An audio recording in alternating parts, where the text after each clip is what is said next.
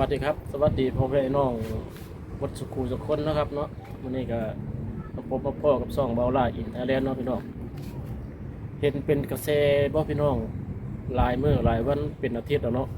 ตั้งแต่2 อาทิตย์ที่ผ่านมาแล้วล่ะ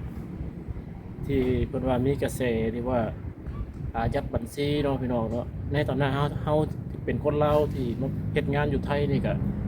ได้ยินข่าวจังซี่ก็ตกใจกันนะพี่น้องเอ้ยตกใจแล้วก็ย่านถูกอายัดบัญชีเนาะ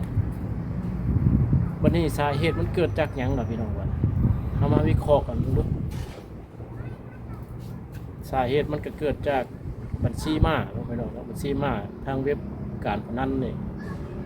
สิโอนเงินให้คนที่เข้าไปเล่นในเว็บพนันเนาะเดี๋ยวเฮามีคลิปของพี่อนุวัฒน์เนาะเพิ่นมาอธิบายก็ขอบคุณคลิปเพิ่นเนาะเดี๋ยวเราไปพังน้ำกันได้พี่น้องเรื่องของบัญชีม้ายังคงปวดหัวกันอยู่นะครับเพราะว่าตอนนี้เนี่ยAOC เอง1441 กด 2กับหน่วยงานที่เกี่ยวข้องเขาก็บอกมาแล้วว่าใช้ถ้าคุณเป็นผู้บริสุทธิ์นะก็จะใช้เวลา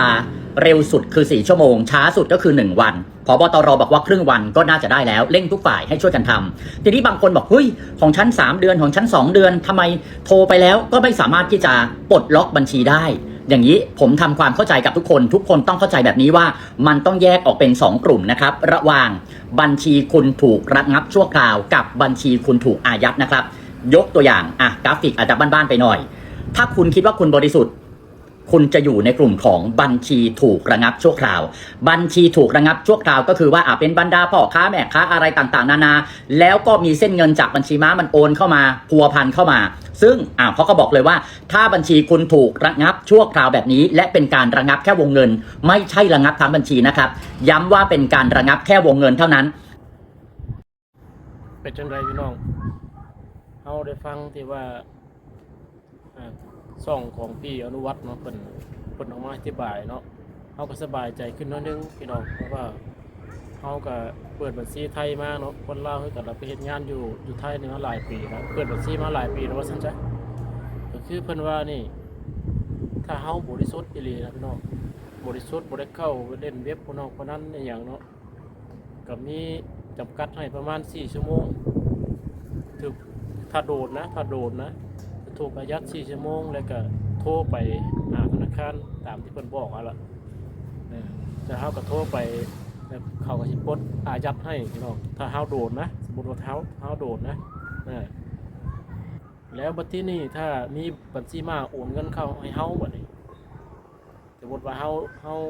โดดบัญชีม้าโอนเงินเข้ามาให้เฮาจังซี่เนาะสมมุติว่าเฮาไปท่องเว็บท่องหยังมาจังซี่นะมันก็สิเขาก็สิอายัดแค่ยอดเงินล่าสุดที่โดนมาจากบัญชีมาเท่านั้นมันบ่อายัดธนาคารก็เจ้าบ่อายัดเบิดสมมติว่าจะมีบัญชีตัวนี้นี่ในบัญชีเนาะเพิ่นสิบ่อายัดเบิดอายัดแค่ที่โอนมาล่าสุดที่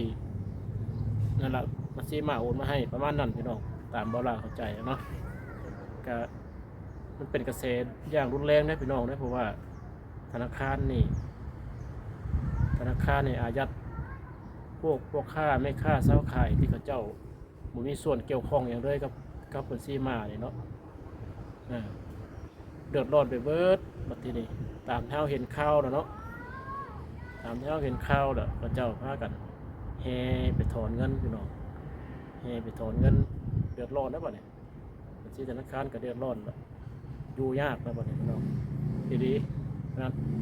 ค่อยก็ยังเดือดร้อนก็ยังแบบคิดอยู่ว่าสิไปถอนบ่เนาะนี่เนาะเอาข่าวสารมาฝากพี่น้องสำนี้เนาะพี่น้องเนาะเดี๋ยวมีข่าวสารอย่างใหม่ๆก็สิอัปเดตในพี่ให้น้องรับทราบทั้งฝั่งไทยและกับฝั่งลาวพี่น้องชาวแรงงานเฮาเนาะสบายดีสวัสดีครับ